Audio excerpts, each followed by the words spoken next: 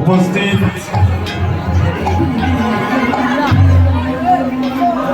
সুধী সজ্জন মন্ডলী, উপস্থিত বিভিন্ন দূর দূরান্ত থেকে আগত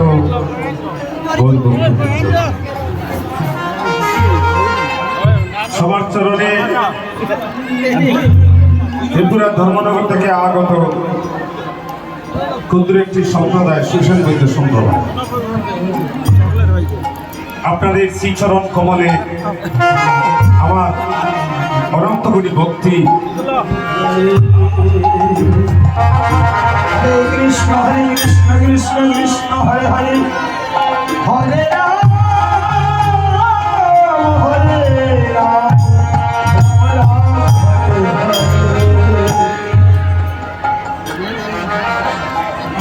খুব তাড়াতাড়ি লুটটা দিয়ে দিন।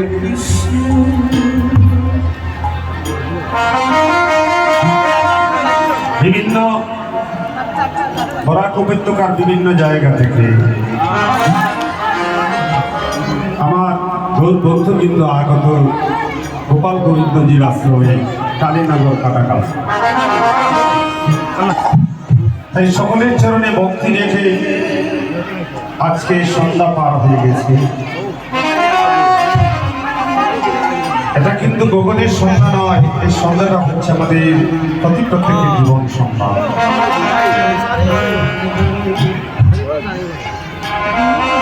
মায়েদের দৃষ্টি আকর্ষণ করে বলছি, কথাটা একটু শব্দ করুন, একটু আস্তে কথা বলুন। আমরা এখানে হরি কথা শোনার জন্য এসেছি, তাই সকলের কাছে আমার বিনম্র প্রার্থনা, একটু নীরবে বসে আমরা কৃষ্ণ কথা সাধন করব। সবাই আমাদের সঙ্গে বলুন, জয় রাধে রাধে কৃষ্ণ কৃষ্ণ গোবিন্দ গোবিন্দ হরে, জয় রাধে রাধে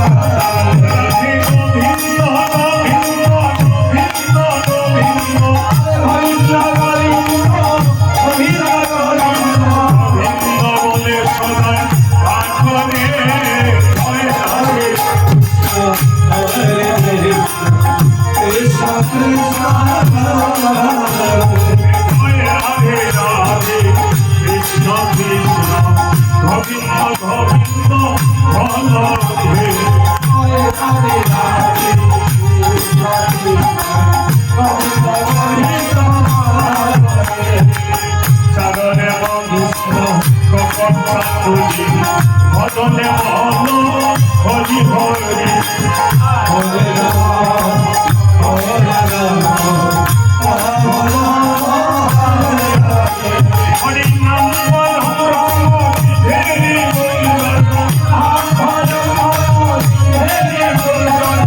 অধর্ম কুধর্ম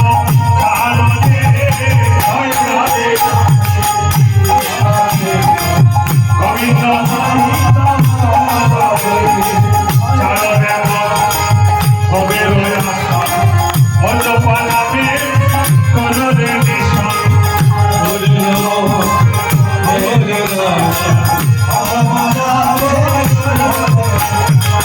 চারণে হবে দয়া অজপালাবে কররে নিশা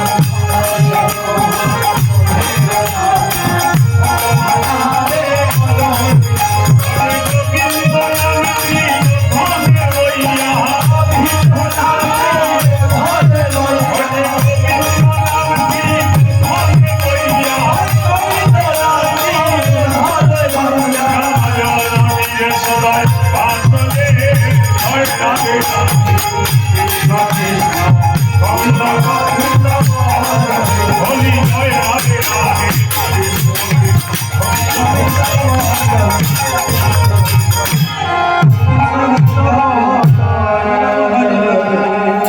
আমরা সবাই সমবেত হয়েছি সন্ধ্যাবেলা গোপাল গোবিন্দজির আশ্রমে কালীনগর কাটাকাল। আমি সকল মাতৃগণের চরণে প্রথমে নিবেদন, খুব মন দিয়ে কীর্তনটা শুনবেন গো। উপস্থিত বন্ধুগণ যারা এসেছেন, আগে কীর্তন কি বস্তু সেটা আমার বোঝার প্রয়োজন। কীর্তন শব্দের অর্থ হচ্ছে যেখানে বসিলে যাহা কিছু শ্রবণ করিলে হৃদয়ের কলুষ নাশ হয়ে কৃষ্ণ চৈতন্য প্রেম হৃদয়ে উদ্ভব হয়, তাকেই বলে হরি নাম। কীর্তনের অপর নাম হচ্ছে সমাজ কল্যাণ। আস্তে আস্তে কীর্তনের অপর নাম হচ্ছে সমাজ সংস্কৃতি। আপনারা বলুন, এত দাঁড়ে দাঁড়িয়ে কীর্তন হয় ভারতবর্ষে, সমাজ ঠিক হয়ে গেছে? মানুষের হিংসা নিন্দা দূরে গেছে? এত কীর্তন হয়ে সরে না কেন?